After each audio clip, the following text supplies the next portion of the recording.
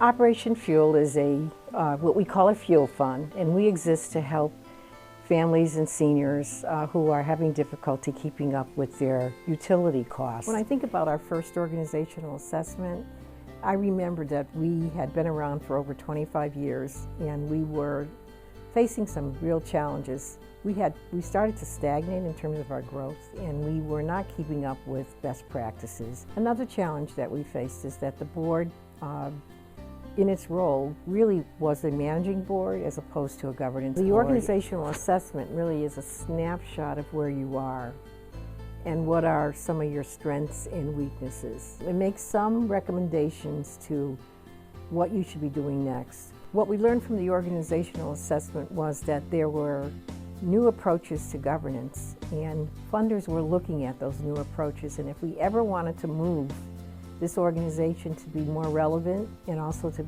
be able to provide more assistance to people, the first thing we needed to do was look at the governance issues. We had no term limits.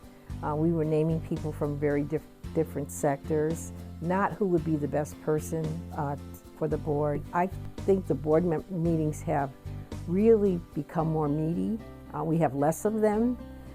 We meet every other month instead of every month, and so a lot of the work is done through committees. Rather than look at where a person was in the sector, we looked at what skills could they bring to make Operation Fuel better. So that was the direct result of the assessment. In order to start this process of an organizational assessment, there's really only two steps. One, you make the call to the nonprofit support program.